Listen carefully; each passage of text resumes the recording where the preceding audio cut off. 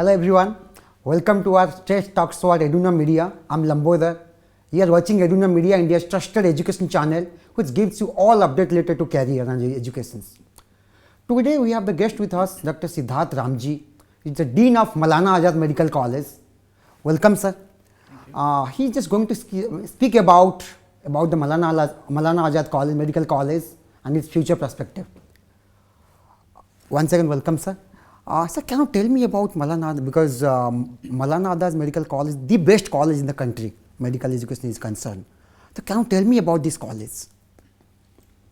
Well, this college got established in 1958, and we've had a long history of medical education. We have, as you know, that with the onset of the NEET exam for the undergraduates, a lot of students who are in the first 100 or maybe even the first 50 actually opt for MAMC. Right? We have always attempted to ensure that we not only provide them good education in terms of medical science, we've also now been moving to providing them covering areas which traditional medical science doesn't cover, which looks at sociology, looks at ethics, morality, and those issues, which we have now introduced even from the very first year. So the students get a holistic perspective of what medicine has. Agree. And of course, we also encourage our students as far as possible, those who are interested, to pursue research. There are, for example, the ICMR funds a lot of them, and each year several of our students actually pursue research during the time that they are still undergraduate students with us. And of course, beside the undergraduate program, we run a big postgraduate program. We run a super specialty program, and we also have PhD students. And so I think over years we have grown and attempted to fulfill the needs of the country. The faculty who work here also pursue research, but they're also people who are not only nationally known, internationally known, and they're all very actively involved in helping the government, both the state and the central government, in all the national programs that we are providing in the country. So I think in many ways we bring that rich experience of the faculty, which we can translate to our students. So at the end of the day, they become good physicians. You're right, sir. But still, as you know, so many medical aspirants across the country is looking for the Maulana Azad Medical College, their dream college, you can say that. So in that case, so can you tell me some procedure, how, although they are taking to NEET only, so how they are taking admissions to Maulana Azad Medical College? You see, of course, the admission process to this college is done through the NEET and through the Faculty of Medical Science of the University of Delhi. So essentially, the college by itself does not make any direct admissions, either at the undergraduate or the postgraduate level. So whatever students come through the NEET and to the Faculty of Medical Science is what we take in. And obviously, people who come here come by choice. Choice and merit. So I agree on that, but still, in Maulana Azad College, in terms of quality of education is excellent. Still, during the admission procedure, so many students also taking the quota also, getting the benefit. How do you define in terms of quality? No, I must confess that over the years, we have actually seen that with the NEET exam, a lot of students who otherwise probably could not get in are now getting in. And that's a sense of happiness for us. So there are many students who are now, as we realize, are first-time university entrants in their family. And realizing this problem, we have put in many systems in the college which works informally to help them adjust with the language, because the medium is English. So for several years now, we have senior students who actually mentor and conduct some classes for the first years to get them acclimatized with the English language. Faculty also contribute to helping them adjust. And for the last 1 year, we have now set up an informal group, which we call the Gurukul, which is an informal way for students to share whatever problems they have, not only with the academic, but anything else. So this is a mixture of faculty, students, postgraduate, residents, and it's got its own app. It works very well. And so I think it has helped a lot of students who would not want to say something in public, in front of a lot of people. Through this app, contact people, and then on a one-to-one basis, we kind of help resolve. We also have issues related to financial ability. Though the government of India has a number of schemes for people from the reserve category, We also know there are students who do not belong to these categories, who are financially not well off. So the institution actually has set up a fund, Okay. a scholarship for the last couple of years to fund about 2 to 4 students each year. And I must say that this experiment has been very successful because we have found that it gives us a great sense of satisfaction that these students whom we have funded have actually done academically very well. Great, So great. we do not want any student not to be able to get the best of the institution simply because they can't pay. Right. But sir, as you know, I mean, those students are taking admission through quota. You are giving any special classes or special privilege to those kind of students specifically? We look at all students equally. Any student who needs support is given. So we don't make any distinction where you come from, and I think nor do I wish to encourage that. Right. They come in, there are students, it's our business to train them. So we look at all students as one, anybody who has a problem. The faculty and the students help them to go through. Great, sir. In student point of view, students are quite confused for comparing the college, like let's say AIMS Delhi, Maulana Azad, or JIPMAR, or Grand Medical College, or King George Medical College. So how to differentiate why Maulana Azad is the best college in comparison to them? What is the uniqueness of Maulana Azad Medical College? Well, I suppose the fact that they have good opportunity to even get to the postgraduate program. I think that's a very important factor. At the end of the day, there are two things that happen. I think some of them stay back in India and want to pursue a postgraduate program, Right. and many also go overseas. Right. And Maulana Azad has a big rating. We have a very large number of alumni who are in various parts of the world, especially Oh, in the US great, and great, Europe. great. And so seeing all this, they feel that this is kind of a stepping stone that will help For future success. future success. Great, I like to call great. that. So I think that's all it is, and we try to make it better and better as much as. Oh, great. But sir, I believe, sir, if you're talking about research studies, suppose somebody student join as MBBS graduate, in research curriculum, I believe AIMS Delhi or JIPMAR, I think, one of the best institute. In terms of research, what Maulana Azad Medical College providing, which kind of facility to the students? See, at the undergraduate level, they don't need too much, but they use whatever research facilities have. And I'm pleased to let you know that we have just received a 5 crore grant from the Indian Council of Medical Research Okay. to set up a state-of-the-art research lab. Right. So we are going to hopefully make it functional by the next couple of months. Oh, okay. And this is a grant which will last for the next 3 or 5 years. And on this, we'll build up the rest of the research that happens. Right. Faculty also have received grants from various funding agencies.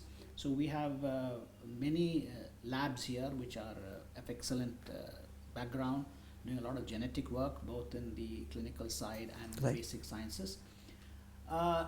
Lastly, I think that medical education and research cannot progress unless you set up an interdepartmental or Government has to take some initiative. no.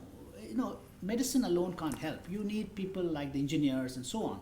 So we now have an MOU with IIT Delhi, and as a result of which several projects have taken off. In technical point of view, IIT is going to help us. Yes, help for you. example, I want to make a diagnostic. I know what I want, but who's going to do the hard and software of that? Right. So we have now entered into collaboration IIT.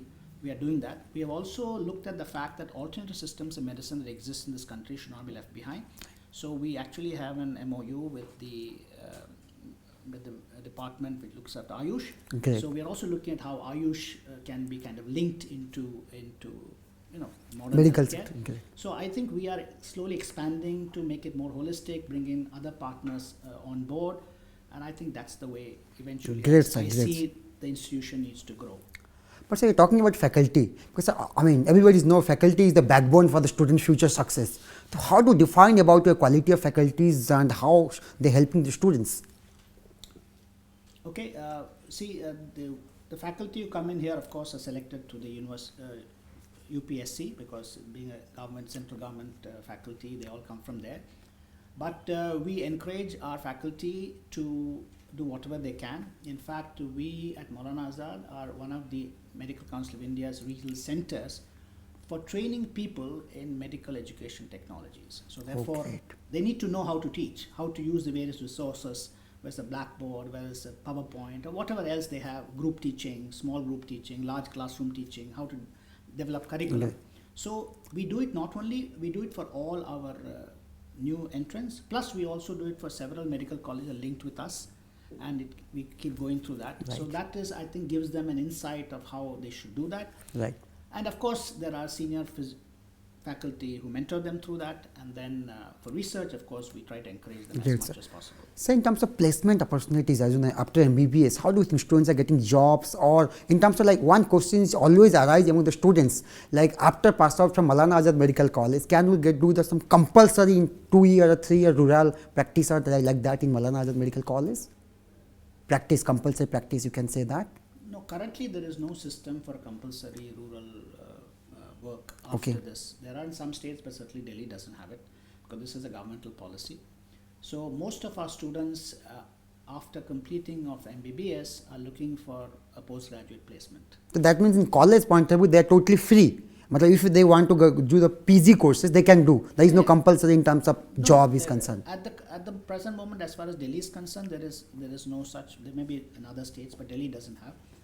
So most of them aspire for either a postgraduate program in Right. India, or some are looking for going out, and then of course some are not so lucky, so they'll have to Great, find, sir, they'll great, have to sir. find some way to keep themselves. I'm sure all physicians they have a I skill, agree. and so they'll keep themselves. I agree. occupied. So you're talking about PG, but it's now although they have come through the NEET PG entrance exams, but students quite confused, like in terms of branch choosings, like is there any student personal choice or like you should suggest like students should do this like radiology or medicines or gynae, whatever. I mean, how do you suggest in that perspective? We don't suggest.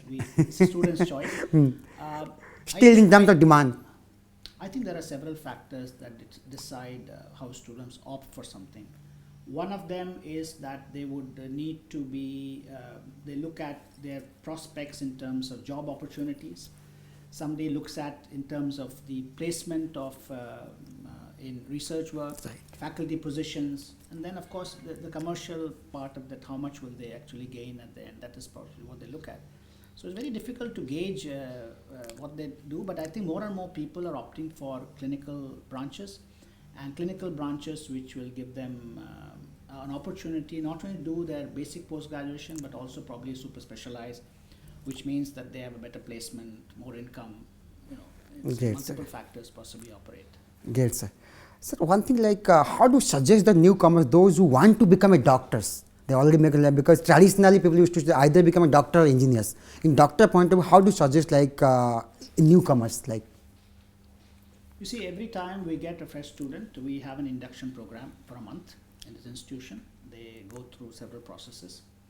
And one of the things we emphasize to them is that medicine is like a marathon. It's a long haul. You must have the stamina to be able to run this long distance. Almost 10 years you can say. Yes, it doesn't finish. MBBS is one, then you have a post-graduation, then somebody Right. wants to do some specialization. So, seems to keep growing, and with more and more subspecializations in technology development, people want to obviously grow up, and which is, I think, perfectly okay. But then you must have the capacity to run this race, not only in terms of your own passion, but you must have the family background, circumstances. Many of them are not able to do that because probably, you have to get into a bread-winning, earning situation early. So there are students who probably have to drop out of their aspirations. Right. But I tell everybody, you must have an aspiration. You must have a vision, you must have an aspiration, a passion. If not immediately, at some point of time, it will happen. So if you give up, then of course, the race is Right. lost. But sir, nowadays, I believe trend seems to be changed. Suppose somebody did MBBS. After that, they are looking for hospital management or healthcare management. They are looking for UPSC exams or like CAT exams, doing MBA and all.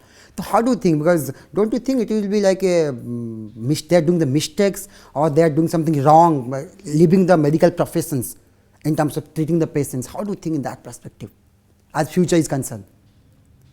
It's difficult because when somebody opts for medicine, there's a certain circumstances which made them choose it. Sometimes it's parental and family pressure. It's not necessarily your own inner desire. As you go through the course, you realize somewhere that the passion has died out for medicine and you think you're cut out for something else. So I don't think anything wrong because today a lot of civil servants are also doctors who have joined the civil service. People have gone to other parts. At the end of the day, I don't think their training goes a waste because they will some point of time use the skill that they have got for healthcare, Right. and they will still be related to healthcare in some places. So you would find the doctor with a civil service who goes to civil service may eventually start doing a lot of work in the health sector. Right. Somebody goes to management may start looking at the health systems issues. So I think it's not entirely a bad idea if some of them go. I don't think As the an individual numbers- choice, as an individual choice, you can say. At this moment, I don't think those numbers are very large, but I think some would do that. For example, some may simply say, I'm not getting a PG in something, I'm not going to waste my time. Let me move on. It's all right. I mean, I think it's individual Yes. choice. In general terms, as you know, there is in medical, there is limited seats. Let's say I'm talking about MBBS. Almost 12 lakh students are applying. Still 65,000 seats are there. Same case in PG also. 1 lakh 20, or last 1 lakh 10,000 students are applying only for 20 to 25,000 seats. That too in clinical, non-clinicals. So don't you think the limited seats are there, medical seats? You see, first of all, you must remember that just increasing seats is not the only thing. If I have to train a student, I have to provide the infrastructure. Right. Not only the physical infrastructure, we have to provide the faculty, the resources, the accommodation, so many things. So I think, we have to be cautious. We keep talking about a large number of students being short, but if you actually look at it, I also believe that there's a certain maldistribution. Right. We find a lot of us cluster and hover around the urban areas, while the rural areas is not covered adequately. But still India is lacking lack of doctors, you can say. I'm not quite certain about we keep talking about lack of doctors. I'm not quite sure that are we really lacking doctors. I think a time has come for us to ask this question: should we encourage more super specialization, specialization? I think Right. what we're missing is the old family physician. What India requires for a bulk of the population is a good general physician, right? So I think that a time has come where I think we must encourage family medicine as probably a career option, so that's satisfying. Right. And then we must narrow down and say that probably everybody should not become a specialist. I'm sure that you all face this problem. If you fall ill, you don't know whom to go to. I mean, you go to a specialist or you go to a generalist and then decide I got the right specialist. So people do have a problem, Right. So I think that time has come where I think India needs to rethink, and it's happening in the West, and I think India needs to rethink, saying that do we actually need to increase specialization, super specializations? I think if you at all talk about specialization, I think family medicine as an area is something that India must now move into, and I think that's would be very satisfying, and we would be able to cover a lot of our unmet needs for people who are marginalized in the rural areas. I think that's where we need to move. Great, sir. So nowadays, government have taken so many good initiatives, like NIOS board can apply for medical entrance exams, and NEET is the biggest initiative, you can say that. Recently, MCI is going to merge with MOH. So how do you suggest, how do you think in that perspective? It's a good, or how do you think that perspective? No, I think NEET is good. Right, It has done two things. One, that it has brought transparency into admissions, not only to the government sector, but also to the private medical colleges. Right. I think that's very important. You're bringing merit. Even if I have to pay money, I think merit is important. I Right. think that's one good thing. Students know where they stand. Well, with regard to the transformation of the Medical Council of India, I think it's too early how the new bill is going to work, Right. because I think there are many issues which we have to resolve, and unless we get our act together and get the rules correctly framed, we may have a problem. So one of the things India must look at is, we must not sacrifice quality at the altar of quantity. This is my worry. We have been diluting some norms and increasing the number of student admissions. Right. And that, I think, creates a problem, because at the end of the day, you ask this question: have you got all the basic skills? And sometimes I worry, even in Maulana Azad, that the students with a huge number, remember we admit 250 undergrad students in a year, and we do realize that in spite of the fact that we are a big college, we have a big hospital which has capacity to handle that, but when we come to the clinical side and say how many patients can they see, and do we have enough number of teachers who can stay with the small number? Earlier we would have or maybe 5 or 10 students per teacher. Now sometimes the groups now become larger. So then I start wondering what is happening to, Right. So I think this is important at the end of the day. But I also feel there's one other problem. we have a NEET, no doubt, but NEET seems not to provide any weightage for all the skills that they have learned. After all, somebody has gone through 4.5, 5 years and struggled. There is no weightage for their marks and their performance Right. at the level of the MBBS exam. And I feel somewhere that needs to be brought in. And secondly, I think there's an aptitude issue. Is everybody really geared to become a doctor? There has to be the aptitude. How do we test it? I don't know the challenge, but I think it's important because we do have problems with some students who somewhere midway realize that they're not interested. But then going back is a problem for other courses because they've already lost time, and admissions being competitive, they do have a problem. So I think India needs to also reconsider that just NEET alone is probably not enough. We also look to have some factor of aptitude somewhere. India is a huge country, but For getting quality up. we have to look at. I think it is a little depressing for me to see that we are the rate at which we seem to want to increase the number of seats. The question we have to ask is, are we sacrificing quality? Great, sir. Finally, like those students who want to like come to your place, like can you tell me some of your future perspective of Maulana Azad Medical College?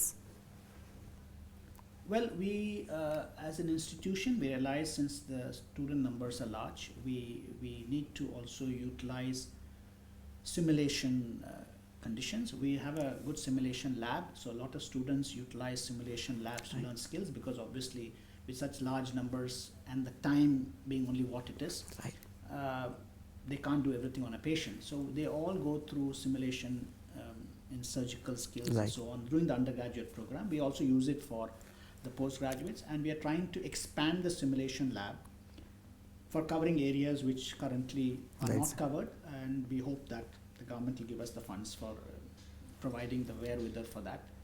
And of course, one of our biggest challenges is accommodation, so we have now been moving forward. We have been creating more space to create more space for accommodating all our students, residents, and so on. So as we go on, we'll keep doing that. So research, publications, we run our own in-house journal for the last 3 years, and we wish to encourage all our people to not live in their own silos, but they must learn to interact across departments in the college, across institutions, the city, and across sectors which are not directly related to health, like I said, the engineering and so on. And I think that's the vision I would like to see this and most other institutions in the country to do that. Yes.